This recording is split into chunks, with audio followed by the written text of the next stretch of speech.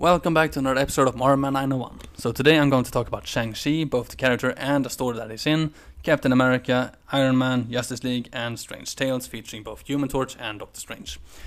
So I'm going to start off with Shang-Chi, who is of course in a movie. Well, he's going to be in a movie soon. And he's of course the master of Kung Fu. At first he was a fisherman, and later I guess he was trained probably by his father, Fu Manchu, who was also his greatest enemy. At the moment he's dead. He was born in China, in the Hunan province, and he was introduced in Special Marvel Edition 15. His origins is in there and everything. Of course, he was part of MI6, working a lot along with the British, basically intelligence office or whatever. Also with a lot of other people as well, along in S.H.I.E.L.D. and stuff like that. So, in this story we're gonna go through is from Marvel Comics Presents 156 from 1994. This is the first part of the Gauntlet storyline. So basically, Shang-Chi's enemies work together to try to kill him. Apparently this big brain master guy basically just kidnapped Leiku, who was his friend, and basically to mess with him and basically make him really break down. And then of course after Shang-Chi went home, this mastermind guy kind of blew up his house with him inside it. So finding out more in the next issue, I guess. So we're gonna move on with our next issue here with Captain America issue 428 from 1994. So this is the fourth part of the Fighting Chance storyline. So this is of course along the time when Captain America has problem with his constitution, with his basically his health, because of the whole super soldier serum basically is breaking down.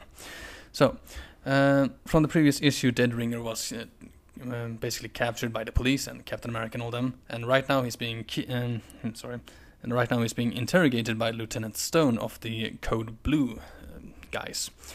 So during the interrogation, Dead Ringer basically changes himself into another dead person that he basically got some parts of, probably DNA or something like that, and that turned out to be Snapdragon, a person that Diamondback believed that she had killed earlier, and she needed to know if she actually had killed her or not.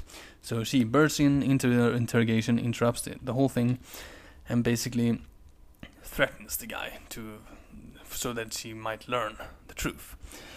Eventually he gives her some kind of idea that Snapdragon might be in New Orleans, at least her body would. So Diamondback and Moonhunter, who is working along with the Avengers and Captain America mostly, went over there to investigate, and then they were captured and kidnapped. So moving on to the Captain America story. He is investigating a possible Super Patriot sighting. At this moment, the second Super Patriot, who we don't really know more about, is basically trying to make Captain America look bad, and he's basically on the run at the moment. So the person that Captain America first believed to be a Super Patriot at this time was in fact someone completely different. Someone who's called Americop. Basically a super cop who is upbringing the law in the most dangerous ways possible, basically killing people. So Captain America jumps in there to fight this guy, and is beaten because of his condition. The next issue we're going to talk about is Iron Man 305. This is from 1994. So in the previous issue we had a very good inkling that this issue would be a fight between Iron Man and the Hulk. As in the previous issues, as Stark Enterprises basically took over Stane International during the whole death thing and all that with Obadiah Stane a long time ago. Basically there's been a lot of problem, a lot of drama. Both the Thunderstrike and other people as well have been fighting Iron Man because of the whole Stane Enterprises and Stark Enterprises connection. So right now Iron Man, of course, is in the belief that the Hulk will fight him, naturally. Everyone else has, so why not him? So he has this big Hulkbuster-armor, and he tries it out on the Hulk. So, big fight, and eventually, though, the Hulk actually gets through to Iron Man, saying that he is actually there just to make sure that this gamma bomb manufacturer plant is dismantled.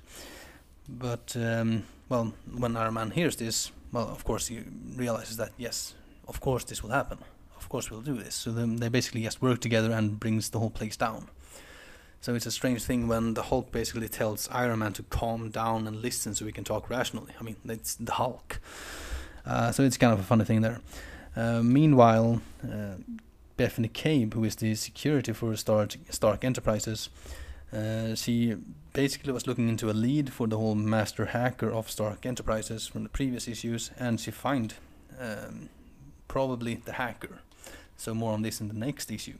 And just a side note before we ending this issue, Tony Stark decided to shut down Stark Enterprises until he finally figured out the whole thing with Stane Enterprises. So we're gonna jump over to DC now with DC's Justice League issue 115 from 1975. So this is one of these strange stories. Basically the Martians had been placed on a different world to basically colonize the place. Probably couldn't live on their own planet anymore. And Martian Manhunter accidentally let loose this rage god called Korge. So apparently Korg basically sent Martian Manhunter to find the rest of the Justice League, because apparently Korg can read minds or something like that, and he needs people to fight to be able to dominate.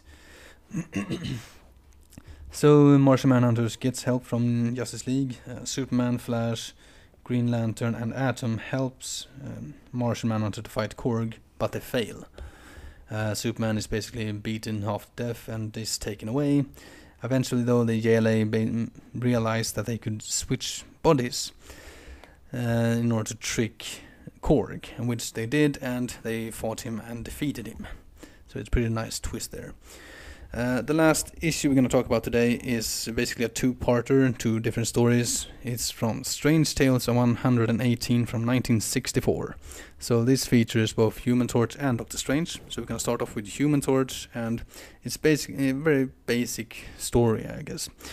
So basically the wizard escapes prison and he's after Human Torch again, revenge and all that. So he basically tricks the Human Torch and defeats him, kidnaps him, kind of disguise himself into the Human Torch in order to trick and defeat the Invisible Woman and kidnap her as well.